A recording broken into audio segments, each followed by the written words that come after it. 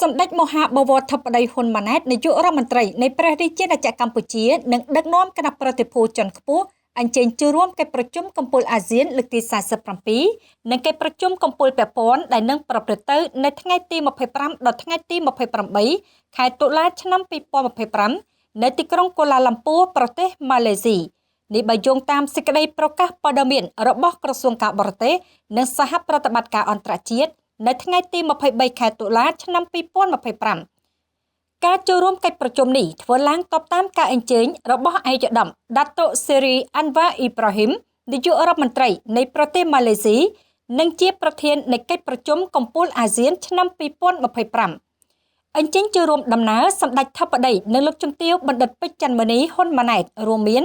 ឯកឧត្តមប្រាក់សុខុនឧបនាយករដ្ឋមន្ត្រីនិងជារដ្ឋមន្ត្រីការបរទេសនិងសហប្រតិបត្តិការអន្តរជាតិរួមជាមួយឧបនាយករដ្ឋមន្ត្រីទេសរដ្ឋមន្ត្រីរដ្ឋមន្ត្រីនិងមន្ត្រីជាន់ខ្ពស់រាជរដ្ឋាភិបាលព្រមទាំងតំណាងធុរកិច្ចមកពីសភាពាណិជ្ជកម្មកម្ពុជានិងសមាគមឧញ្ញាកម្ពុជាក្រោមមូលបត្របរិយាបន្ននិងចីរភាពកិច្ចប្រជុំកំពូលនឹងដើរតួនាទីយ៉ាងសំខាន់ក្នុងការជំរុញចក្ខុវិស័យសហគមន៍អាស៊ានឆ្នាំ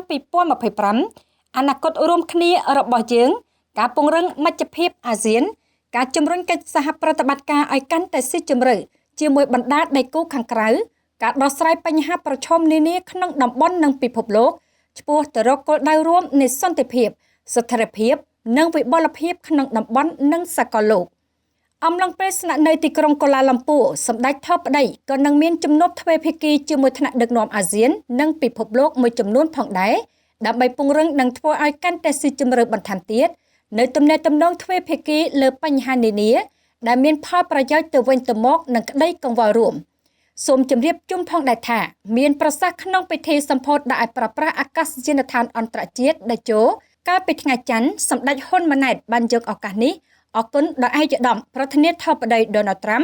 ដែលបានផ្ដេសផ្ដាំនិងជួយឲ្យមានបទឈប់បាញ់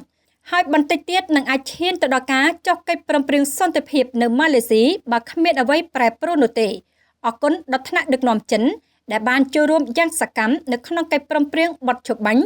និងអរគុណជាពិសេសឯកឧត្តមអាន់វ៉ាអ៊ីប្រាហ៊ីមនាយករដ្ឋមន្ត្រីប្រទេសម៉ាឡេស៊ីតាមគម្រោងកម្ពុជានិងថៃនឹងចុះកិច្ចព្រមព្រៀងសន្តិភាពនៅថ្ងៃទី26ខែតុលានៅទីក្រុងកូឡាឡាំពួរប្រទេសម៉ាឡេស៊ីក្រោមការធ្វើជាធិបតីពីលោកដូណាល់ត្រាំប្រធានាធិបតីសហរដ្ឋអាមេរិក